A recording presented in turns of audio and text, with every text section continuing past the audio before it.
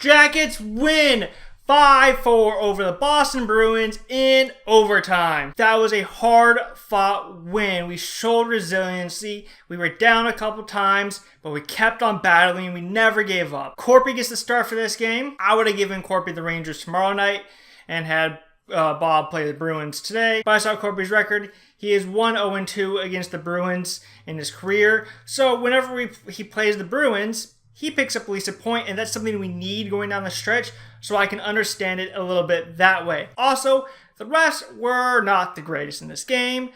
Boston fans, I see a lot of them really pissed off online because of what happened in overtime. They thought there should have been 2 calls on the breakaway. I agree on the Marchand Dubois one. That was definitely a hold. But it was bad both ways. There's a play in the second period. We're on our zone. The Boston player is right next to Nudie. The Bruins player takes a stick, goes right up the legs in between Nudie. I don't know how that's not a penalty. It's a dangerous play. Should not have been made. 30 seconds later, Cole taps the dude on the legs. He falls down, and Cole goes to the box for tripping. Cole didn't haul him down. It was a light little tap. He fell super easily.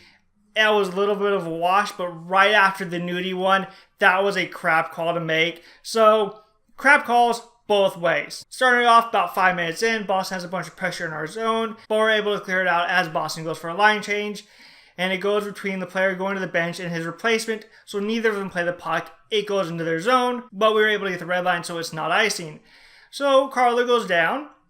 He picks up the puck. Wimberg does a good job pressuring him, and he kind of throws it away. Vanek picks it up. Jenner goes towards the net. Vanek throws it there. Jenner just tips it by to Gr8, and the Jackets have a 1-0 lead off of Jenner's 11th goal of the year. I like the way this line is playing. They're getting out there every shift. They're doing something correct. They're always pressuring the offense, and it pays off for them on this shift. It goes in the back of the net. But after that, we get into a little bit of penalty trouble. Boston has 2 power plays. One that carries over into the second period for 7 seconds left, but they have a total of 9 shots on the 2 power plays. 9 of their 14 shots in the first period came on the power plays. Corpy stood tall. He made some great saves.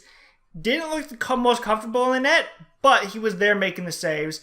Boston couldn't get anything by him. So we head to the second period. 1-0. Come out for the second period. Boston still has some pressure, but we're doing a little bit better. We're in the offensive zone a little bit. There's a turnover at the offensive blue line. Jenner goes down to block the pass out of the zone because Nudie had jumped up in the play. Pass is made up to Donato. So now it's Donato and Gr8 back with Murray only is there. Nudavaro does a great job. Gets back, ties up Gr8 and takes him to the net. So now Krug comes in. So now it's a 2-on-1 Krug and Donato. Murray is the only defenseman back now. Donato pitches the puck over to Krug. Murray does the correct thing, goes over to play on Krug, try and knock it off a stick. Krug pitches it over to Donato. Donato one-times it past Corpy, and we have a tie game. Donato's first career goal, and of course, it comes against the Jackets. A few minutes later, Boston gets another 2-on-1. This time it's Pastrnak and Marchand, and it's Nudavaro and Werenski coming back.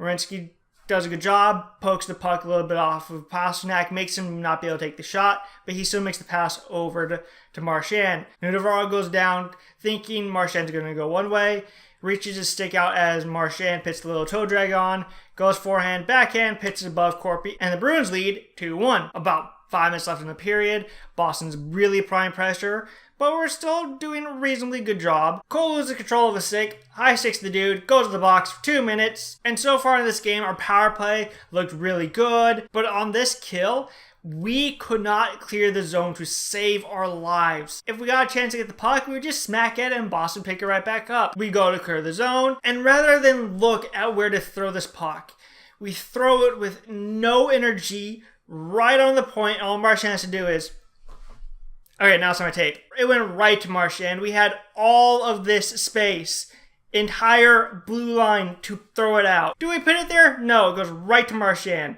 Marchand catches it, plays past the player, gets it back, takes a few steps down, throws at the net. Corpy makes the 6 save, bounces in front. Riley Nash just smacks at it, and it goes past Corpy. Boston leads 3-1. And at this point, it's starting to look good. But Foligno, being the leader of this team, he goes, you know what? There's plenty of time left. We're a good hockey team. We won 7 in a row. We can win this game. So he gets out there for the next shift from Sonny Milano and Borkstrand, gets out there. They go into the offensive zone. They're moving the puck around. Foligno gets the puck behind the net. He's just holding it there for a second, trying to figure out what's going on, gets people set up in place. Takes a step out, gets it to Murray. Murray takes a step down, sees he has Milano on the back door. Rather than go for a shot in front and try and hope for a deflection to beat Tuukka, he goes backdoor to Milano. Milano pits in the back of the net for his 12th goal of the year, and it is now a 3-2 game. 25 seconds after the Bruins scored to make it 3-1. So we end the second period down 3-2.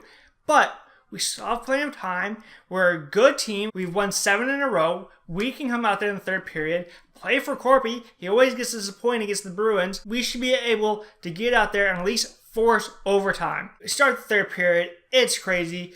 No defense whatsoever. Just up and down the ice, shooting pucks. Who is going to break first? About 5 minutes in, we're in the offensive zone, moving the puck around. One of the few times there's structure in this period. Jenner and Wimberg are in a battle down the corner with 2 Bruins players.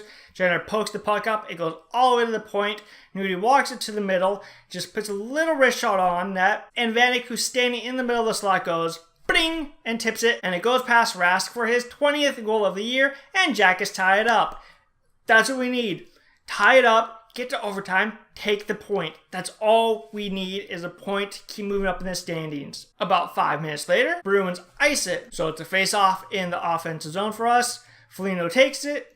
He wins it over to Panarin. Just does a little pass over to him. Panarin pits it on the net, and it beats Rask instantly off the face-off. And the Jackets have a 4-3 lead. Panarin's 22nd goal of the year. It was just such a fast goal. Tuukka never probably saw it coming off. That's what Panarin is so good at. If you give him half of a second, he will pin in the back of the net. So now all we have to do is go out there and protect the lead. So next shift up, Bruins go down, the battling in our corner. They kick it out front. Donaldo does a little pass over to Gr8. Gr8 waits for it to land, then he pits it past Corpy, tying the game up 4-4 20 seconds after Panarin's goal. After that, the Bruins started applying even more pressure. They were hitting a couple of posts, Corpy was making some saves, and he was keeping us in this.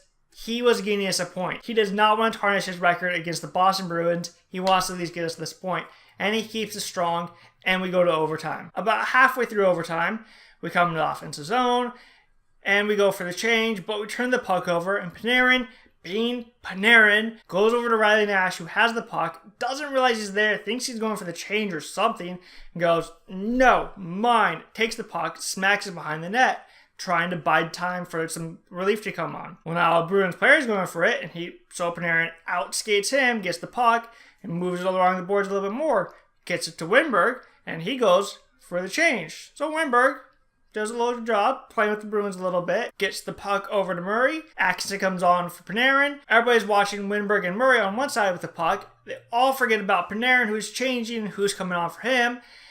Murray pits into open space. Axton picks it up, pits it past to Rask glove side, and Jackets win 5-4 in overtime. That was a hard-fought game. At times it looked like we were going to get creamed, and at times it looked like we were going to cream the Bruins. It was just bounces back and forth, goalies making saves, and a whole lot of defense to be spoken of. So until next time, when we play the New York Rangers, click like and subscribe, all that fun stuff. Until then, I will see you later.